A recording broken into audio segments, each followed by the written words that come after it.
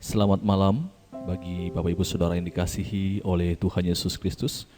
Kembali lagi saya akan mengajak kita untuk melihat pertanyaan yang ketiga dari buku Spiritual Check Up, untuk kita kembali melihat apakah kondisi rohani kita baik-baik saja atau sedang dalam masalah saat ini.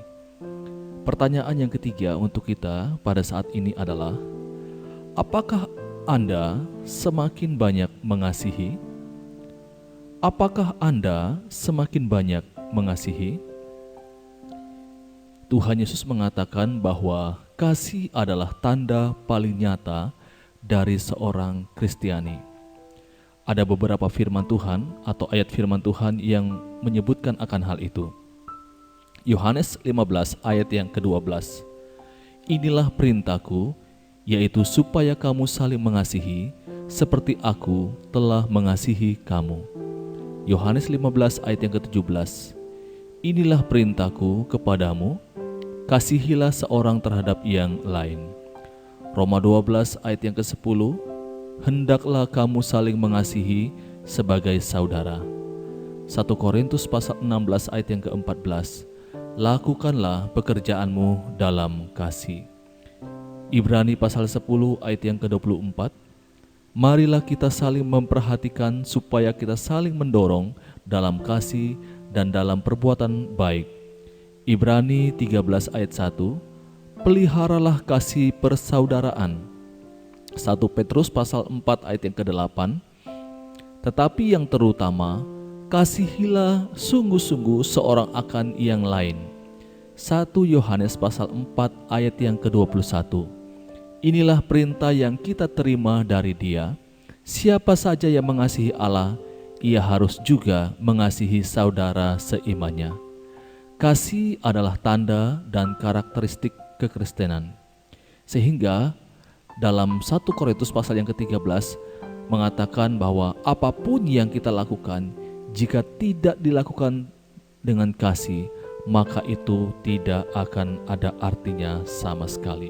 Sekalipun aku dapat berkata-kata dengan semua bahasa manusia dan bahasa malaikat, tetapi jika aku tidak mempunyai kasih, aku sama dengan gong yang berkumandang dan canang yang gemerincing.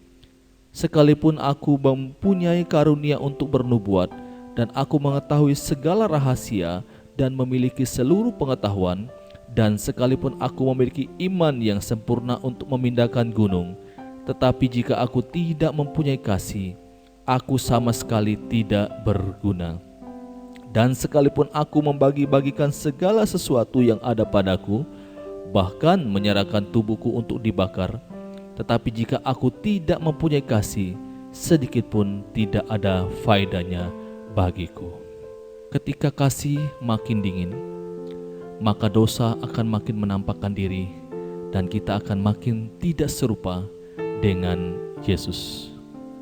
Orang yang bertumbuh dalam kasih akan menunjukkan pertumbuhan itu setidaknya dalam 3 hal.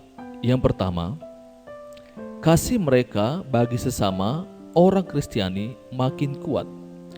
Salah satu indikasi paling jelas bahwa roh Tuhan ada di dalam kita adalah kasih bagi saudara-saudara yang memiliki Kristus di dalam hidup mereka. Kita tahu bahwa kita sudah berpindah dari dalam maut ke dalam hidup, yaitu karena kita mengasihi saudara seiman kita. Hubungan dengan saudara-saudari Kristiani di gereja menjadi sesuatu yang sangat penting bagi orang yang sama-sama memiliki kehidupan kekal. Hal yang kedua yang menunjukkan pertumbuhan kasih adalah kasih bagi yang terhilang. Suatu hari, seorang pemuda kaya datang kepada Yesus dan menanyakan apa yang harus dilakukannya untuk memperoleh hidup yang kekal. Pemuda ini beranggapan dirinya cukup baik karena telah berusaha menjalankan 10 perintah Allah. Namun, setelah ia melontarkan pertanyaannya, Yesus memandang dia. Dalam Markus pasal 10 ayat yang ke-21 mencatat, dan menaruh kasih kepadanya, lalu berkata kepadanya, hanya satu lagi kekuranganmu. Pergilah, jualah apa yang kau miliki, dan berikanlah itu kepada orang-orang miskin, maka engkau akan beroleh harta di sorga. Kemudian datanglah kemari dan ikutlah aku. Yesus tidak mengompromikan pesannya ketika dia menunjukkan kasih kepada pemuda ini.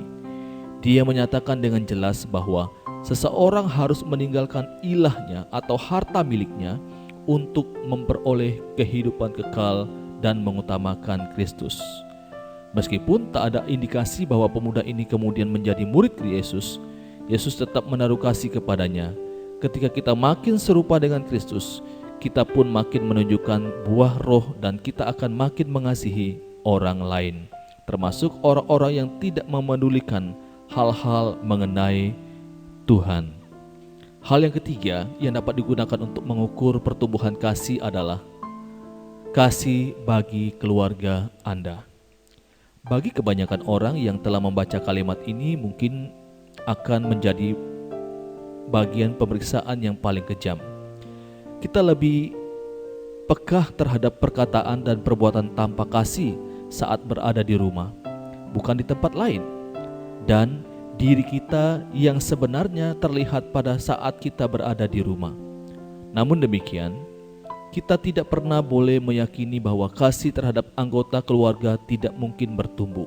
Tuhan tidak sedang bercanda ketika memberi kita perintah seperti dalam Efesus pasal 5 ayat yang ke-25.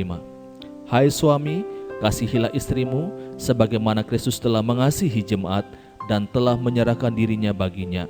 Setiap orang Kristiani dirancang untuk bertumbuh, dan itu termasuk bertumbuh dalam kasih yang dinyatakan bagi keluarga.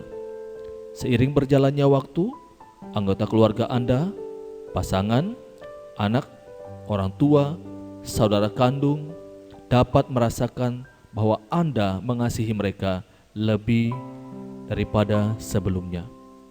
Bapak Ibu Saudara yang dikasihi oleh Tuhan Yesus Kristus, ini bagian yang ketiga yang perlu kita pikirkan hari ini sehubungan dengan pertanyaan, apakah kita semakin banyak mengasihi? Biarlah ini menjadi satu perenungan bagi kita di poin yang ketiga ini untuk melihat keadaan kerohanian kita saat ini. Demikian firman Tuhan untuk kita. Selamat malam, Tuhan Yesus memberkati kita semua. Amin.